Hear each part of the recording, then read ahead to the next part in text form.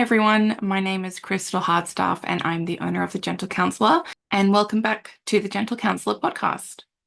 In today's episode, I want to talk a bit about some myths that we see in the world of attachment theory and understanding the attachment styles a little bit better. So let's debunk some myths and get to know our styles a bit better. I feel like there's a few things that we get wrong about some of the attachment styles when we are talking in this terms with attachment theory. And if you've been following me for a while, you know that I'm a big lover of attachment theory. I use it a lot in my work. I always have, even back when I was teaching and being a school counselor. So I find it very relevant and helpful in understanding so much about us, like the importance of relationships and when it comes to parenting, as well as general self-awareness that we want to have when we want to understand ourselves a bit more and see which areas we can grow in. So just really briefly with attachment theory, if you haven't heard of it before, I definitely recommend going back to some previous episodes that I have about attachment theory. You can also find some things on my social media as well as my blog post on my website, thegentlecounselor.com, because I've already talked about it quite a bit. So a real basic introduction to this is that people like John Bowlby and Mary Ainsworth, who kind of helped found the attachment styles, found that there were four attachment styles. All of us from when we are babies are trying to seek connection with our primary caregiver, and also our primary caregivers generally want to give us that security and attachment back. Now, because everyone has their own, history and stuff going on, we can categorize these into four different attachment styles depending on how we've been impacted in a positive or negative way. So the first one is a secure attachment, and that is basically the goal, what we would all ideally want to have. And this is when you've had someone be responsive to meeting your needs most accurately, most of the time, and you've earned a secure attachment. This is about 50% of the population. Then we have our three insecure attachment styles. So we have the anxious attachment style, is when someone experienced a caregiver who was unpredictable, and that can be quite distressing and emotionally upsetting for someone. This is about maybe 20-25%. Then we have the avoidant attachment style. This is someone who didn't have a caregiver be with them in their needs, so they tend to rely on themselves a bit more. Again, about 20-25% of the population. And then the last one is the disorganized attachment style, which is kind of like a mix of both the anxious and the avoidant. This is what we see more in severe cases of neglect and abuse, and it's about maybe 5% or less of the population. So understanding our own attachment style can be really helpful in understanding the patterns that we see in our behavior as well as our relationships with other people. Because like I mentioned, this starts from our childhood. And depending on what our experience was growing up, this basically forms the blueprint of how we treat others around us as well. So, for example, if someone developed an attachment style that was anxious in their childhood, they are likely to continue that into other relationships, basically trying to replicate that attachment pattern happening. And when I say trying to, I don't mean we're consciously, this is all very subconscious. A lot of the times we don't even realize this is what's happening. And for many of us, we might have attachment wounds. So that's where particular things can trigger that insecure attachment style in us coming out, because essentially what we are trying to do is keep that relationship working in the way that we understand it will. And that's why we have that attachment wounding from those styles. So this can be really helpful if you're also a parent listening, because I know if you're listening to my content, then you're similar to me, where we're trying to inform ourselves and do the best that we can with the information that we have now in how we're raising our children. And for a lot of us, that is potentially going to include doing things differently to how we were raised in our childhood. And we're trying to be a bit more mindful, especially of our child's emotional needs, because that's perhaps what we lacked. And there's so many reasons for that. I'm not going to get into details of that in this episode. I've done it before. Again, I encourage you to go and listen to some previous episodes if you want to get into it a little bit more. And so when I'm sitting with clients in therapy and we talk about the attachment styles, I find it to be a really helpful kind of beginnings of how to explore ourselves and understand our childhood experiences and how that's impacted us over time. I find it to be a helpful starting point. If someone's coming in wanting to understand themselves a bit better, wanting to understand what patterns they're seeing and why this is happening, or why do they keep finding certain relationships difficult, or they seem to find a similar pattern and behavior of people in their life, right? And especially if someone's coming in wanting to make changes, we can't make changes until we start to have a bit of self-awareness and recognize some of these things. So that's just a bit of information around attachment theory. And in this podcast episode, I'd like to talk about some misconceptions that we tend to see people talk about with these attachment styles. So the first misconception is that to have a secure attachment, you have to be a perfect parent. So this is where I see a lot of parents putting so much pressure on themselves because they're scared of accidentally creating an insecure attachment style with their child, and they get quite panicked about it. And so they try to do everything perfectly as they can, responding to every single, need, and basically driving themselves really tired and overwhelmed, picking apart anything, over analyzing, and putting a lot of pressure on themselves, including self-blame. So the reality is that secure attachment actually doesn't require perfection. And I know that might be surprising for some of us to hear, but the reality is that we actually just need good enough parenting. The reason for this is because we're human. We're not perfect and we're going to make mistakes. And that means that as parents, we have to accept that we will make mistakes, or we already have. Mistakes are inevitable. And it's not to give us permission to do whatever we want without consequence. That's not what I'm saying. It's to give everyone a bit of grace and compassion and understanding that it's going to be okay. If a mistake happens, you haven't ruined your child forever, you haven't traumatized them. Obviously, when I'm talking about this, I'm not talking about major things that we obviously know will be traumatic for our child, such as abandoning them or scaring them. I'm talking about everyday little things, like if your child is crying or having a tantrum because you took a toy away or you set a boundary for whatever reason, that's not going to break a secure attachment with you. Or if you have to go and have a shower, or you desperately need to go to the bathroom, or you need to cook dinner, or you're driving in the car and you've got your baby upset for a few minutes, like 5 minutes or less. Again, that is not going to traumatize your child within reason. Again, let's keep the context of what I'm talking about as being these little moments here and there where it's kind of inevitable and these things just happen sometimes, whether we want them to or not. So what helps us understand this a bit better is the concept of rupture and repair. This is something I've talked about before, so if you want more information, you'll be able to find that in my content.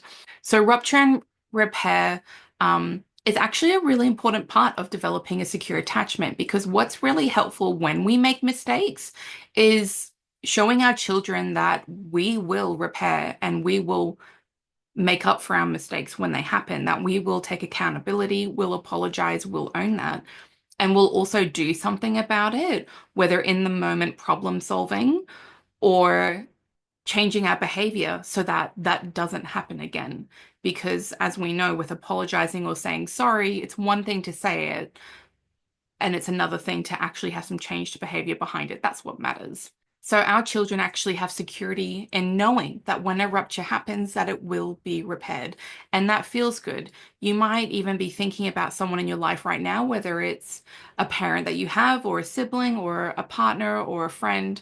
Think about some times where maybe you've experienced a rupture, but you knew that there was safety enough in that relationship where you could expect that repair to happen, either that apology, or for you to make up, um, or for you to work together on finding solutions in the future. And so when we are talking about rupture and repair, we also have that idea of good enough parenting. Okay, so these things go hand in hand, because we're not trying to be perfect. We're not trying to avoid ever having a rupture because, again, we're understanding a mistake will happen, and that's when a rupture happens. Because what we've also found in the research is that parents seem to only be attuned to our children about 30% of the time, maybe even up to 50% of the time. And what attuned means is that kind of like natural instinct or desire to be meeting your child's physical, mental, emotional, psychological needs, like all of those needs when we're picking up on cues from them, whether it's like a baby crying or communicating with us, when you can tell that they're hungry or tired, or if they're crying and they need a cuddle, all those ways that we respond to our children in times of their emotional upset and even emotional joy, right? Whether we're with them in those feelings or not. So we found that parents just seem to naturally be able to do that about 30% of the time. And that seemed to lead to good enough outcomes of having a secure attachment. So I talk a lot about that percentage in the Circle Security Parenting Program that I facilitate. And it's really helpful for parents to understand that we don't have to have such a high bar of expectations. It's not that it's like 80, 90, 100% that we have to be there. When we think about 30%, we can think, oh, wow, I reckon I'm probably doing 30% or maybe even more. And that is reassuring for some people. For other people, especially if you're sitting here with an insecure attachment style listening to this, it can be a little bit upsetting to realize like, wow, I couldn't even get 30% good enough. And that can be a bit of an upsetting realization to have.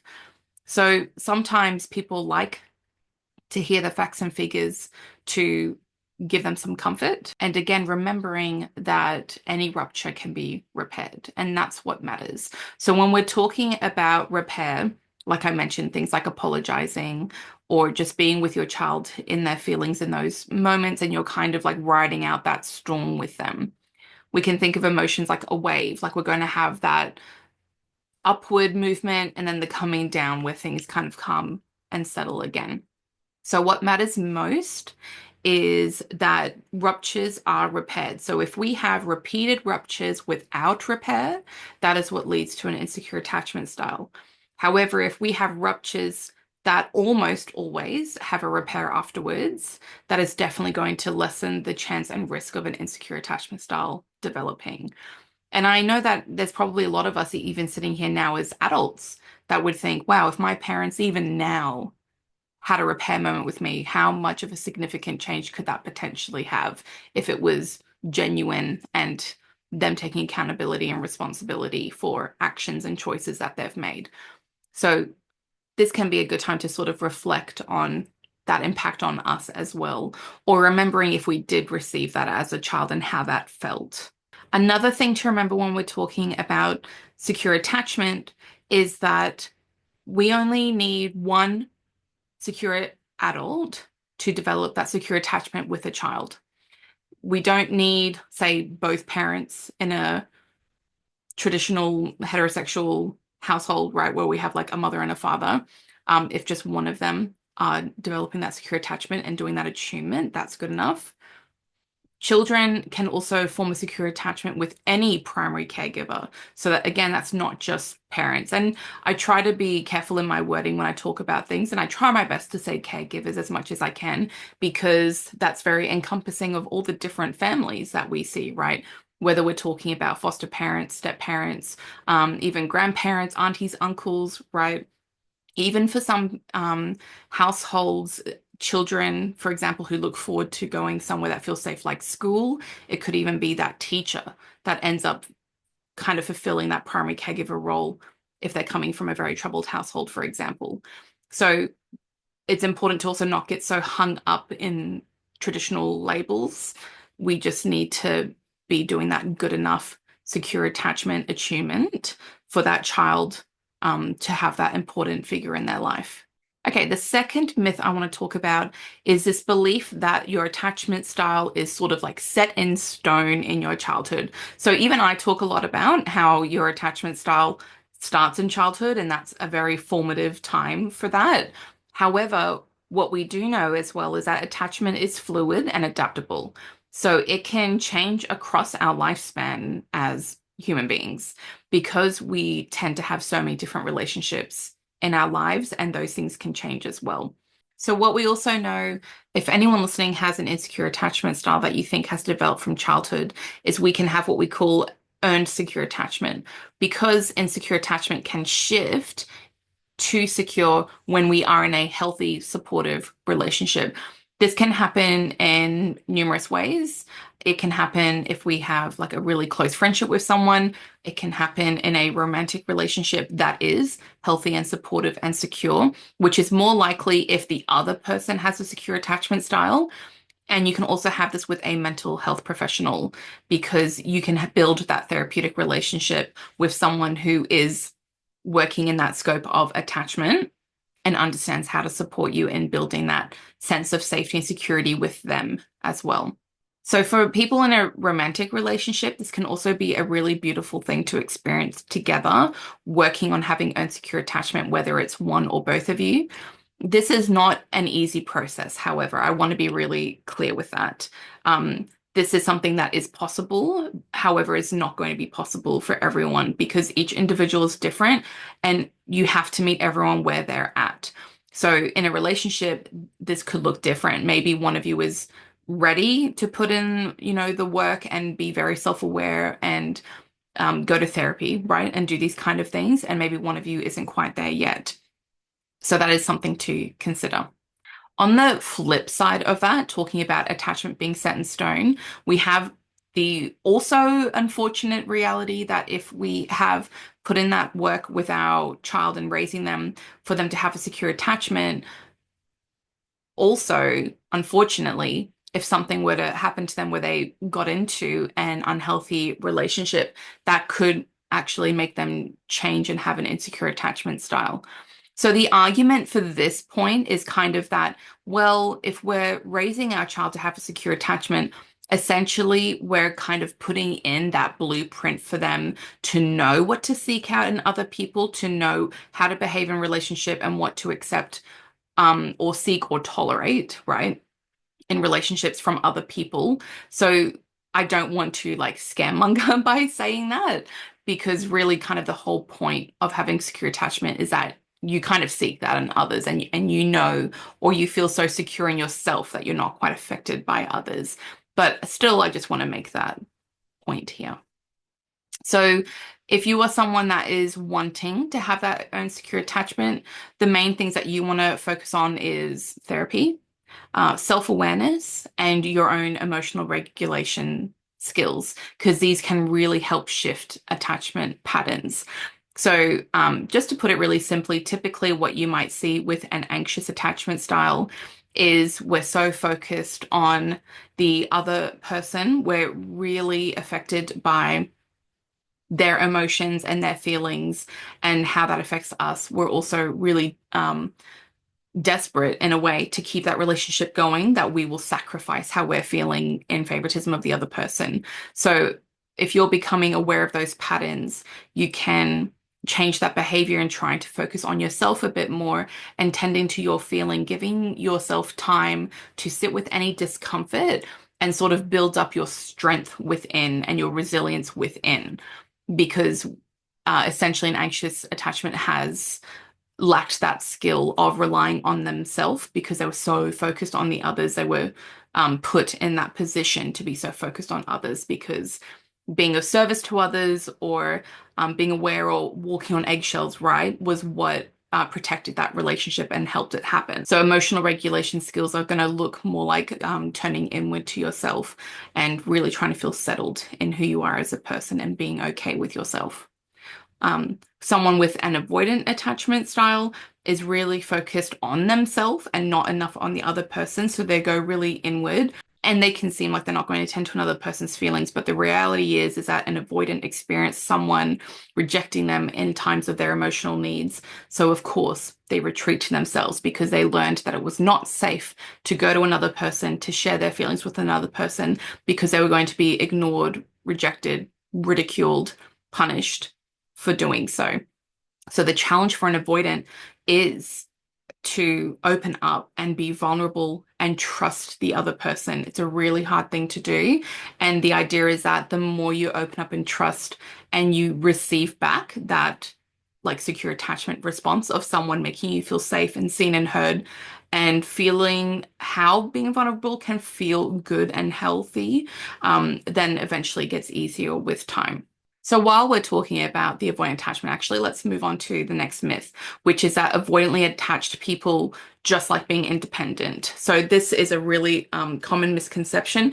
It is like identifying that behavior, like, yes, that is what an avoidant looks like doing. However, it doesn't mean that that is what's healthy or feels good or safe for them. So an avoidant attachment style develops from having that emotional neglect or rejection early on. So they were never able to share their feelings with someone. And that's really sad when you think about that. So when we perceive them as being independent, that independence is actually sort of like a defense mechanism. They learned not to rely on others because their caregivers were unavailable to them. So the only thing they could do was turn towards themselves, keep to themselves, learn to stuff things down that it wasn't safe to share. So they still crave that connection, but they feel really unsafe, depending on who the other person is. So it can be really challenging to be in a relationship with an avoidant person because you have to have a lot of patience and understanding and empathy and be curious about those patterns of behavior that they're showing us. And not taking it sort of at face value, because obviously an avoidant has learned to be really good by masking and kind of hiding how they're really feeling. And even them internally know that it feels very tumultuous, for example. So healing for avoidance is learning to trust and express their needs without having that fear of rejection. So someone in relationship with them needs to show them that they're ready to listen, and that they're safe to share with them. So you have to be really careful to not go back on that too, right? Because any ounce of showing that you're not hearing them out is going to trigger that attachment wound in them for them to immediately put a wall up and shut off and keep to themselves. Okay, the next myth is about the anxious attachment. And this is that anxiously attached people are just needy or are codependent. And that term gets thrown around really loosely lately. Um, the reality is that an anxious attachment forms when caregivers were actually inconsistent with meeting their needs. So this tends to lead to hypervigilance, and sets off like abandonment wounds. So hypervigilance is that feeling like I was kind of talking about earlier, where you're sort of like darting your eyes around a room, like you walk in a room and you can feel the vibe, you can feel everyone's feelings, like you see someone and you're really sensitive to every single one of their expression, even micro expressions. Like you can really pinpoint and overanalyze or pick up on cues down to like a flick of an eyebrow kind of thing. It can be kind of feeling on edge all the time and really sitting in that anxious state, like kind of waiting for the next move or waiting for something bad to happen, sort of that walking on eggshell feeling. And of course, with the inconsistency that was received with your needs being met, that feeds into that abandonment wound, because it's a really scary feeling to not know day to day which version you were going to get. Am I getting the version of someone who's going to meet me in this need? And that feels really good. Or am I terrified of the other outcome where they're not going to meet this need and I don't know which one I'm getting? And also to receive that 1 minute, it kind of feels like it's being taken away from you the next. And you feel that kind of desperation of trying to keep that attachment secure because it feels good when you get it. So it's really scary to not have it or even the thought of not having it. So that perceived neediness is actually a survival response, and it's driven by that fear of unpredictability. So if you're in relationship with someone who has the anxious attachment style, you have to be really careful with making sure that you are being as consistent and as predictable as possible in how you are treating them, with their emotional needs especially, and how you're responding to them in their moments, because they're going to be very sensitive to things like your tone of voice, your facial expressions, your body language. So an anxious attachment can often be mistaken for being overly emotional. These can be like our highly sensitive people as well. But it's actually an adaptive strategy to get needs met. So at an extreme level, or especially if you're seeing this in a child, it can look like a child that would be called being overly emotional or having something that's more than a tantrum, right? Like a real like outburst or a meltdown, perhaps. Sometimes they will go like 0 to 100, or they will sort of be perceived as dramatizing their emotions because maybe they've learned that if they don't go to that level, they're not going to get any response. Or it can even look like getting a negative response is better than no response.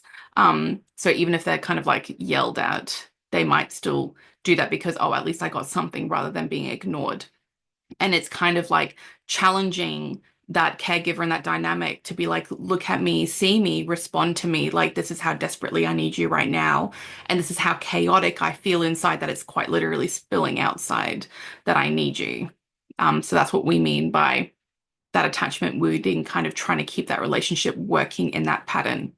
So healing for an anxious attachment is going to be a lot of focus on themselves, like I mentioned before. So co-regulation with another safe person can be really helpful to do this. Again, trusting that the other person's going to be there for them.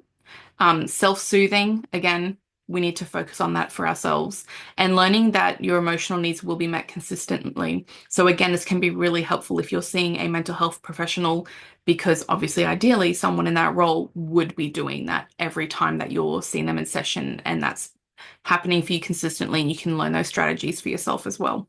All right, the last myth is talking about the disorganized attachment style. And a really upsetting myth I see about this is people with that style feeling like that means that that person or they are broken. Um, so when we are talking about disorganized attachment, we can understand the reality, unfortunately, that this does develop from things like trauma, neglect, or an abusive caregiver.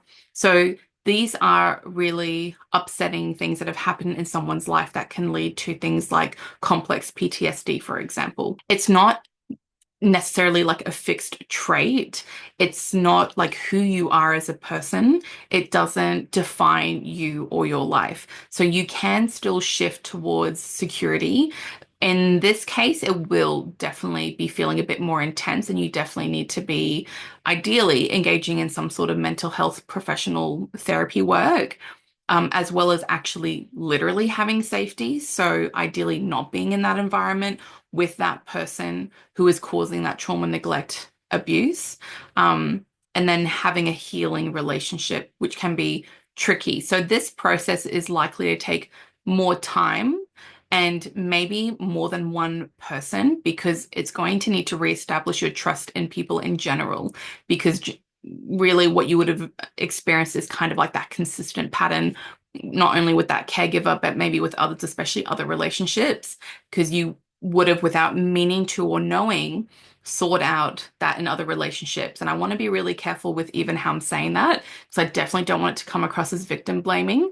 How I almost want to rephrase it is that it's more like people who are trying to put themselves in that position of power to be an abuser know who to seek out, if that makes sense to those listening. So a person who is abusive knows how they want to wield their power over another person, knows who to seek out, knows how to treat someone and sort of like beat them down, either literally or metaphorically, to kind of put them into that submissive state where they feel like they can treat that person however they want in a terrible manner. So that's what I mean when I'm talking about that as well, is it's definitely not you.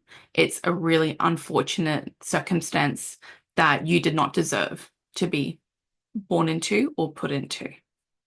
So this can often be misunderstood as well by a person being seen as unstable because they do fluctuate between the anxious and the avoidant styles that we've previously discussed. So it can look very much like, please come here, I need you, and then immediately shifting into go away, get away from me. So what's happening is it's actually unresolved fear and deep internal conflict between seeking that connection and fearing it.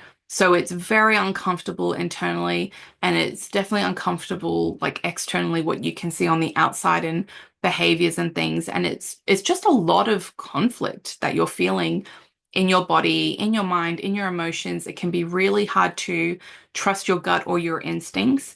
And for a lot of people, they also lose that sense of who am I? Like what is my purpose? I don't understand why this has happened to me and where to from here. So it can definitely bring up a lot of distress and definitely needs some, if you're seeking a professional, it needs to be someone who really does have a deep understanding of attachment. Okay, so those are some of the myths and misconceptions that I wanted to talk about today, and I hope that these have been helpful for you in furthering your understanding of the attachment styles and maybe a little bit of like where to from here.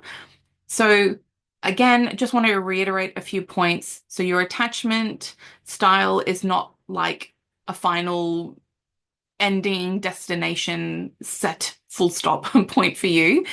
People can definitely heal and develop security and secure attachment. So some practical ideas for anyone listening. So if you're a parent, focus on being present, not perfect. So we can be present in the good and the bad times. Whatever your perception is on good and bad is going to be up to you listening. But we want to get comfortable with being with our children in all of those range of emotions that they're going to experience. And then for anyone listening, just in general, work on recognizing any patterns and what you can do towards having that earned secure attachment. It might help you to maybe create like a notes file on your phone, or if you like to journal, using a book. And anytime you are having an upsetting or distressing moment, maybe you could write down like what happened before that might have triggered that. What are you feeling during? And then what's kind of happening after? And you might be able to do that enough times to start to pinpoint any patterns, whether it's a particular person, a particular trigger. What is the message, like the wound? Is it about like, I'm not lovable, I'm unworthy, I don't feel safe? You can look for extra resources online about this too. So I hope this episode has given you an opportunity to sort of reflect on your own experiences. And if you have any specific questions of more things you'd like me to go into, please send me a message on my social media. And I would love to look into doing some further episodes for you on the topic. If you are someone who is currently looking for someone to talk to, I am available for counseling online. If you just go to my website, thegentlecounselor.com, you'll be able to see all the information there on how to book a session. I also have my course, Understanding Attachment Theory, which goes into things a bit clearer. And I think it's sitting at like under $30 Australian at the moment. So you can also check out that resource if you're looking for a bit more information.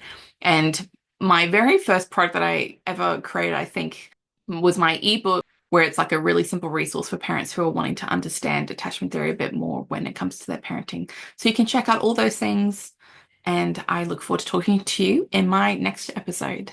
Bye, everyone.